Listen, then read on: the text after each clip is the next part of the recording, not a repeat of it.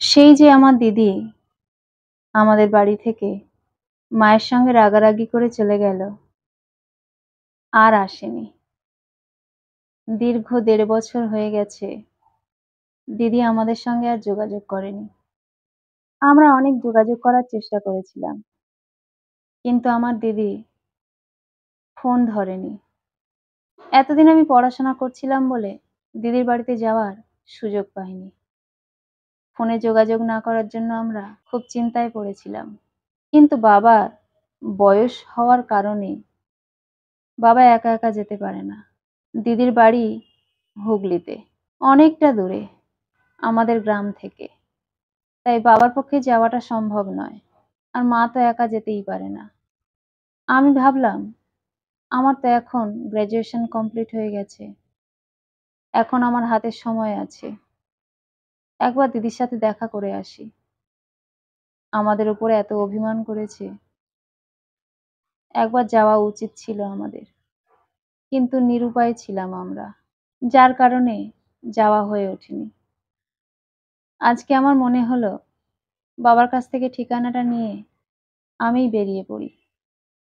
তাই বাবার কাছ থেকে ঠিকানাটা নিলাম। গিয়েছিলাম দিদির বিয়ের সময়, কিন্তু তখন আমি অনেকটাই ছোট, তাই রাস্তা ভুলে গেছি। দিদির বাড়ি অত দূরে বলে আমাদের যাওয়া হয়ে ওঠে না সব সময়। দিদি মাঝে মধ্যে আসতো, কিন্তু মায়ের সঙ্গে রাগারাগি হওয়ার পরে দিদির এতটাই অভিমান হয়েছে যে আমাদের সঙ্গে যোগাযোগ করাই বন্ধ করে দিয়েছে।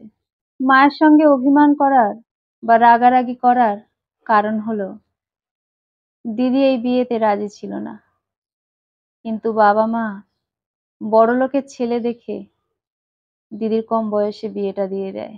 আমার জামাইবাবু কিছু করে না, কিন্তু জামাইবাবুর বাবা খুব বড়লোক। দিদির শ্বশুর একটা গরিবের মেয়ে খুঁজছিল, গ্রামের দিকে বাড়ি হবে, তাই সবকিছু তাকে দিয়ে করানোও যাবে। সে কিছু বলতেও পারবে না, গ্রামের মেয়েরা খুব চুপচাপ হয়, এটাই ওনার ধারণা ছিল।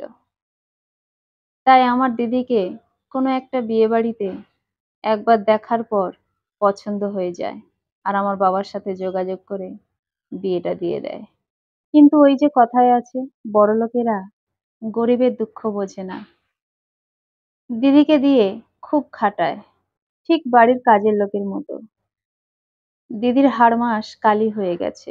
বড়লোকের বাড়িতে বিয়ে হওয়ার জন্য কোথায় আরো শরীর ফুলে ফেঁপে উঠবে, সেখানে আমার দিদি আরো রোগা হয়ে গেছে, কেমন যেন একটা হয়ে গেছে। তাই দিদি সেবার এসে মা বাবার সঙ্গে খুব ঝগড়া করে। আমি রাজি ছিলাম না, তবু আমাকে মাধ্যমিক পরীক্ষাটা কোনো রকমে দিয়ে বিয়ে দিয়ে দিলে। আমি চেয়েছিলাম অনেক দূর পড়াশোনা করব, সেটা করতে দাওনি। ছেলের বাবা অনেক বড়লোক বলে আমাকে এত বড় সর্বনাশের মুখে ঠেলে দিলে তোমরা। মা বলেছিল গরিব মানুষ আমরা, কি করব বল, ভালো ছেলে পেয়েছি দিয়ে দিয়েছি। মা বাবা সবসময় তো ছেলে মেয়ের ভালোর জন্যই করে, কিন্তু সেটা যদি খারাপ হয়ে যায় সেখানে কি করতে পারি বল। তোর কপালে ওটা ছিল, মেনে নে মা। সেই থেকে দিদির রাগ হয়েছে বাবা মায়ের উপরে। দিদি চলে গেল, আর ফিরে এলো না। তাই আজ আমি দিদির বাড়িতে যাব, দেখি দিদি কেমন আছে। দিদির বাড়ি যেতে গিয়ে অনেক কটা গাড়ি আমাকে চেঞ্জ করতে হলো। আমি শুধু ভাবছিলাম, এ কোন নিরুদ্দেশে পাঠিয়ে দিয়েছে আমার বাবা মা আমার দিদিকে। অনেক খুঁজে খুঁজে দিদির বাড়িতে গিয়ে উঠলাম।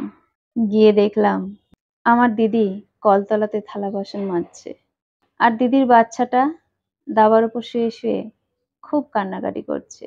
আমি যেতেই আমার দিদি অবাক হয়ে গেল, আমাকে বলল, কিরে বোন তুই? যাই হোক, আমার কথা তোদের মনে পড়েছে তাহলে। আমি বললাম, তুই তো যোগাযোগ করিসনি আর, তুই তো আমাদেরকে ভুলেই গেছিস। এতবার করে ফোন করেছি, যোগাযোগ করার চেষ্টা করেছি, তুই কোনো উত্তর দিসনি। দিদি বলল, আমার ফোন থাকলে তবে তো। আমার ফোন থেকে সিমটা তোর জামাইবাবু তার ফোনে নিয়ে নিয়েছে, আমার কাছে এখন আর কোনো ফোন নেই। আমি বললাম, সে কি রে, কেন? দিদি বলল, "সব কথা পরে বলবো। এখন চল, ঘরের মধ্যে চল।" আমি বললাম, "বাচ্চাটা এত কাঁদছে আর তুই কাজকর্ম করে যাচ্ছিস। তোদের বাড়িতে কেউ নেই ওকে ধরার মতো?" দিদি আমাকে বলল, "চুপ কর, আস্তে, সবাই শুনতে পাবে।" আমি বললাম, "কি শুনতে পাবে? আমি কি বললাম?" বলল, "তোর কিছু বলতে হবে না। তুই চল, ঘরে চল।" বলে আমাকে নিয়ে দাবার উপর উঠতেই আমি বাচ্চাটাকে কোলে করে নিলাম। নিতেই দেখলাম সে শান্ত হয়ে গেল। তারপরে আমি যেতেই ১ম এই আমার দিদির শাশুড়ির ঘর পড়ে। দেখলাম ফ্যানটা চালিয়ে দিয়ে চুলটা এলিয়ে বিছানায় শুয়ে আছে। সামনে টিভিতে সিরিয়াল চলছে। আমাকে দেখে উনি বললেন, "এ কি? তুমি কখন এলে?" আমি বললাম, "এই তো এলাম মাসিমা। ভালো আছেন?" উনি বললেন, "হ্যাঁ, ভালো আছি। বৌমা, তোমার বোনকে কিছু খেতে-টেতে দাও। কি খায় দেখো।" আমি বললাম, "আপনি ঘরে শুয়ে সিরিয়াল দেখছেন আর বাচ্চাটা দাওয়ার উপর শুয়ে কাঁদছে, আপনি শুনতে পাননি?" আমার দিদির শাশুড়ি বলল, "কই? আমি শুনতে পাইনি তো।" আমি বললাম, "তাহলে ভাবুন, আপনি কত জোরে টিভি চালিয়ে শুনছেন যে একটা বাচ্চা সামনের দাওয়াতেই শুয়ে চিৎকার করে কাঁদছে, আপনি শুনতে পেলেন না।" উনি তখন একটু রেগে গিয়ে আমাকে বললেন, "আমি কি করব না করব তুমি আমাকে বলে দেবে? সবে এসে ঢুকতে পারোনি এর মধ্যে থেকে তুমি শুরু করে দিয়েছো? বাবা! তোমার তো মুখে বেশ বড়, বড় কথা ফোটে।" আমি তখন বললাম, "কথাটা তো আমি মিথ্যে বলিনি।" আমার দিদি আমার পাশ থেকে আমার গায়ে চিমটি কেটে বলল, "চুপ কর বোন, চুপ কর। কথা বলিস না। চল ওই ঘরে। অনেক দূর থেকে এসেছিস, বিশ্রাম নিবি চল।" বলে আমার দিদি আমাকে টেনে নিয়ে চলে গেল। ওর ঘরে ঢুকে বসে আমি বললাম, "আমাকে এক গ্লাস জল দে। খুব তৃষ্ণা পেয়েছে। কিচ্ছু খাবো না এখন। তুই আমার সামনে বস। তোর সঙ্গে অনেক কথা আছে।" দিদি বলল, "তুই কেন এত বড়, বড় কথা বলতে গেলি বলতো? এখন কত যে ঝামেলা হবে, তুই কিচ্ছু জানিস না বোন। আমার আজকের অবস্থা খারাপ।" আমি বললাম, "তোর আজকের অবস্থা খারাপ মানে কি করবে তোর?" বলে, "তুই জানিস না তোর জামাইবাবু আমাকে কত পেটায় একটু কিচ্ছু হলে।" আমি বললাম, "আমি তো এখানে থাকবো এখন কদিন। দেখি কেমন করে পেটায় তোকে।" মহারাজ গেছেন কোথায়? আমার দিদি বলল, "কেন বন্ধুদের সঙ্গে আড্ডা মারতে গেছে ও পাড়ার দোকানে।"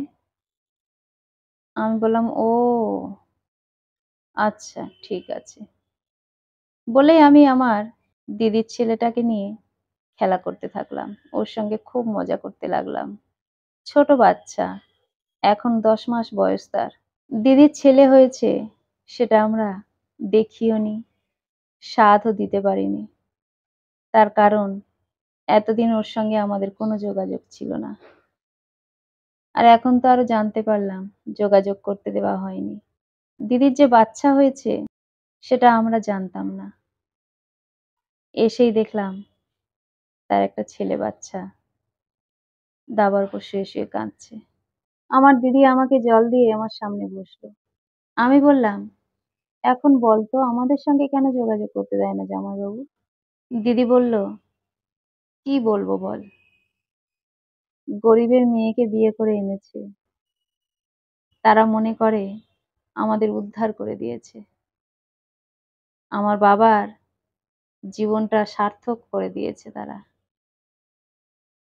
তখন যে মাঝে, মাঝে যেতাম সেটাই পছন্দ হতো না। কারণ ঘরেতে কাজের মেয়ে নেই তো। আমি চলে গেলে ওদের সমস্যা হতো। তাই আমার যাওয়াটা বন্ধ করে দিয়েছে।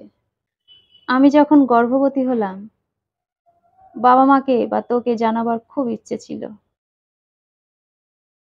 তাদের বাড়ির ১ম মেয়ে আমি। মেয়ে যে সন্তান সম্ভবা সেটা শুনলে বাবা-মা কত খুশি হতো। কিন্তু আমাকে বাড়ির সঙ্গে যোগাযোগ করতে দেওয়া হয়নি।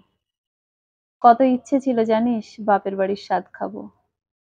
আমার কপালে সেটা হয়নি। দুজনে গল্প করতে, করতে জামাইবাবু ঘরে ঢুকলো। জামাইবাবু তো আমাকে দেখে অবাক। বলল, "কি ব্যাপার তুই কখন এলি?" আমি বললাম, "এই মাত্র এলাম।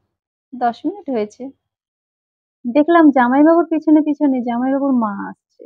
জামাইবাবু আমার সঙ্গে দুটো একটা কথা বলতে না বলতেই তার মা পিছন থেকে বলল, "জানিস বাবু, তোর শালি আমাকে কত কথা শুনিয়েছে ঘরে ঢুকে মাত্রই। আমার জামাইবাবু বলল, কি বলেছে? আমি তখন মুচকি হেসে বললাম, দিদি কলতলায় থালা বাসন মাজছিল আর বাচ্চাটা দাবার উপর শুয়ে শুয়ে চিৎকার করে কান্নাকাটি করছিল। আমি উঠে এসে যখন বাচ্চাটাকে নিয়ে দেখলাম মা বিছানায় চুলটা এলিয়ে ফ্যান চালিয়ে শুয়ে আছে আর সামনে টিভি চলছে। এতটাই জোরে টিভি চলছে যে বাচ্চার কান্না শুনতে পাইনি। তাই জন্য সেটাই আমি মাকে বলেছি। সেটাই তোমাকে বলছে। আমার জামাইবাবু বলল, তুই তো সবে এলি, এর মধ্যে আমাদের সংসারের বিষয়ে তোকে কথা বলতে কে বলল? তোকে সেই অধিকারটা কি আমার কেউ দিয়েছি? আমি বললাম, অধিকার তোমরা আমাকে দাওনি, কিন্তু বাচ্চাটার প্রতি আমার একটা অধিকার আছে। আমি তার নিজের মাসি, তার কোনো পাড়া বা প্রতিবেশী নই। বাচ্চাটার কষ্ট হচ্ছে দেখে এটুকু বলার অধিকার আমার আছে বলে আমি মনে করেছি। জামাইবাবু বলল, বড্ড পাকা হয়ে গেছিস না সেদিনকার মেয়ে। আমি বললাম, এটার জন্য পাকা হতে হয় না, একটু জ্ঞান থাকলেই হবে। আর আমি কাউকে ভয় পাই না আমার দিদির মতো। আমার দিদি চুপচাপ সবকিছু সহ্য করতে পারে, কিন্তু আমি নই। আমার দিদি কাঁদো কাঁদো হয়ে আমাকে বলল, তোর কাছে আমি হাত জোড় করছি বোন, তুই চুপ কর, রসাতল হয়ে যাবে এক্ষুনি। তুই কেন এলি আমাদের বাড়িতে আর কেন এই সমস্যাগুলো তৈরি করছিস? আমি তখন দিদিকে বললাম, তুই চুপ কর, নিজেকে এতটা সস্তা করে তুলিস না সকলের কাছে।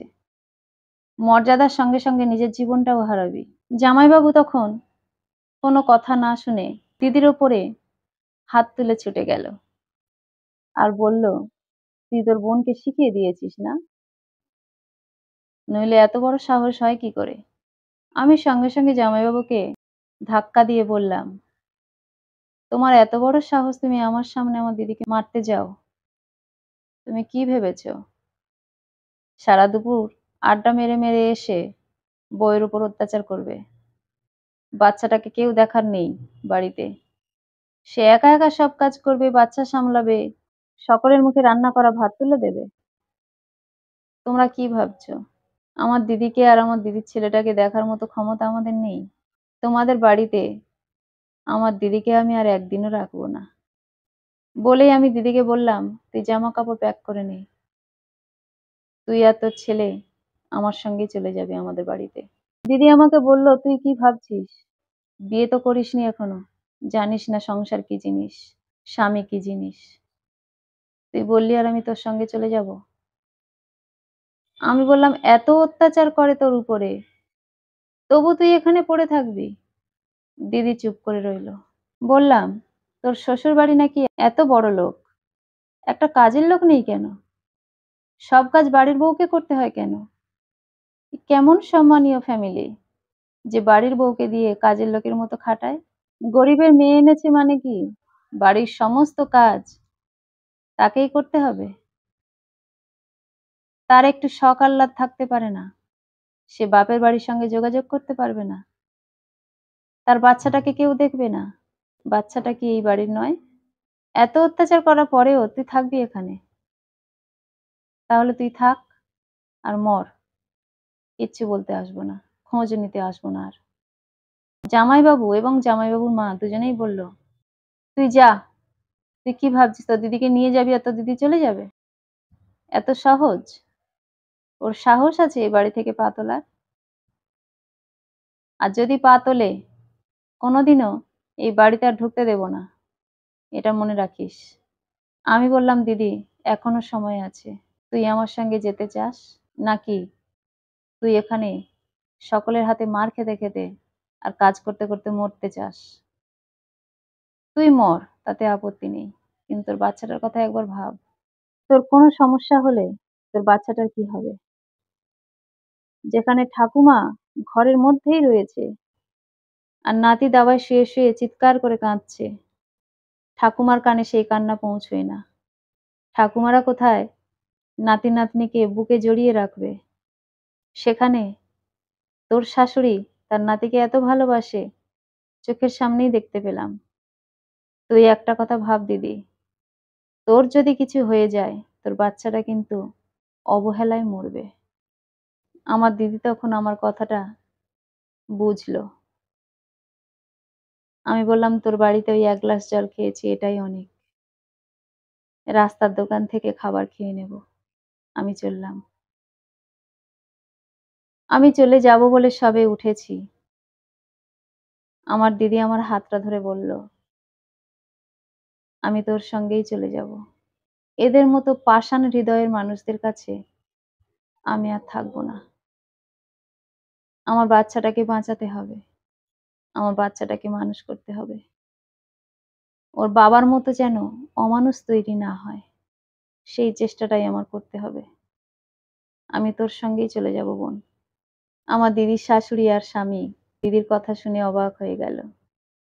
কোনোদিন মুখ ফুটে এইরকম ভাবে যে আমার দিদি কথা বলবে, সেটা কখনো ওরা ভাবতে পারেনি। জামা কাপড় গোছগাছ করে বাচ্চাটাকে আমি কোলে নিলাম। দিদির হাত ধরে ওই বাড়ি থেকে গট গট করে বেরিয়ে আসলাম। আমার দিদির শাশুড়ি পিছনে পিছনে আস্তে আস্তে বলল, বৌমা, বারবার বলছি যেও না, গেলে কিন্তু এই তোমার শেষ যাওয়া, এই বাড়িতে আর ঢুকতে দেব না।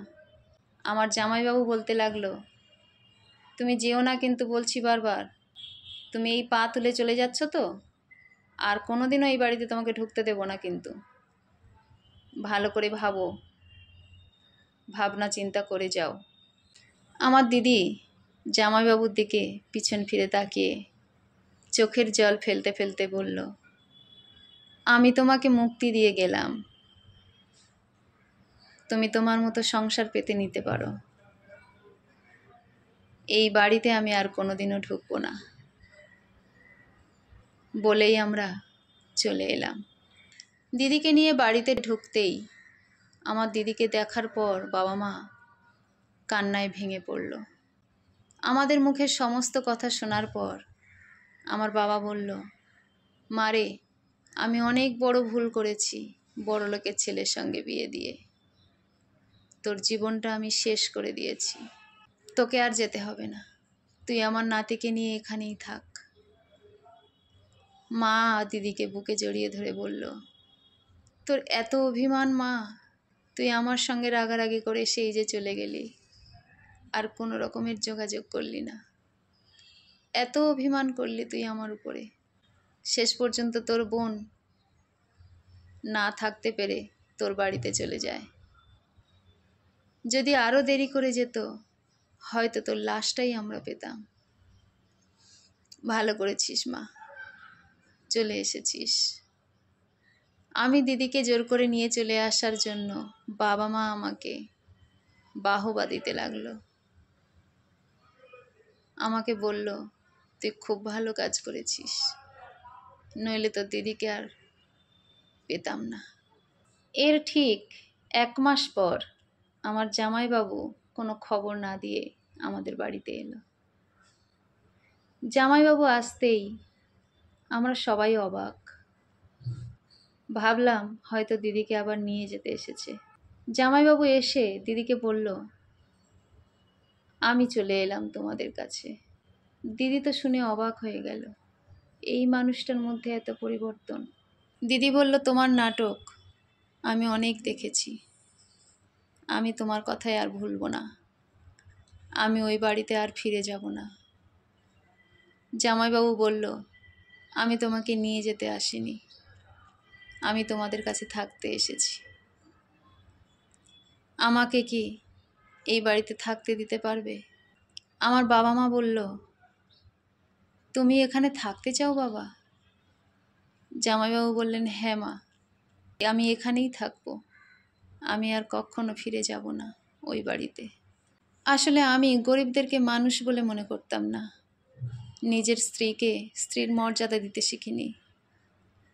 সবসময় ঘুরে ঘুরে বেরিয়েছি, রোজগার করার চিন্তা করিনি। বাবার আছে অনেক, তাই বসে বসে খেয়েছি, তাই বাবা মা যা বলতো তাই শুনেই চলতে হতো। কাজের লোকও রাখিনি ওর জন্য। এখন ও চলে আসাতে মা পড়েছে বড় বিপদে, সমস্ত কাজ নিজেকে করতে হচ্ছে। একটা কাজের লোক পাওয়া গেছে যদিও, সে হাতে গুনতি কটা কাজ করে আর ভুরি ভুরি টাকা নেয়। মা আমাকে কেঁদে কেঁদে বলেছে, তুই বৌমাকে নিয়ে আয় বাবা, আমরা দুজনে মিলেই কাজ করব।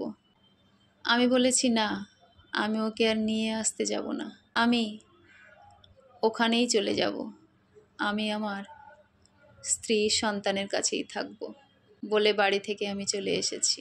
আমার বাবা বলল, আমার কোনো ছেলে নেই বাবা, তুমি আমাদের জামাই, তুমিই আমাদের ছেলে। ছোট মেয়েকে তো এখনো বিয়ে দিইনি, কিন্তু তুমি যেভাবে আমাদের সঙ্গে আচরণ করেছো বাবা, খুব কষ্ট পেয়েছিলাম। তবে আজ আর কষ্ট পাবো না। আজ থেকে আমরা জানবো আমাদের একটা ছেলেও আছে। সবাই মিলে আমরা শান্তিতে থাকতে শুরু করলাম। দিদির জীবনে সত্যিকারের শান্তি নেমে এলো। দিদির শ্বশুর শাশুড়ির জন্য আমার এতটুকু আর কষ্ট হয় না, তার কারণ হলো তারা তাদের বাড়ির বৌমাকে কাজের লোক বানিয়ে রেখেছিল। তারা তাকে নিয়ে সংসার করতে পারেনি, তাকে সংসার করতে দেয়ওনি ভালোভাবে। ঘরের লক্ষ্মীকে কাজের লোক বানিয়ে রেখেছিল। তাই তাদের শাস্তিটা পাওয়া খুব দরকার। কলমে ও কণ্ঠে সোমা।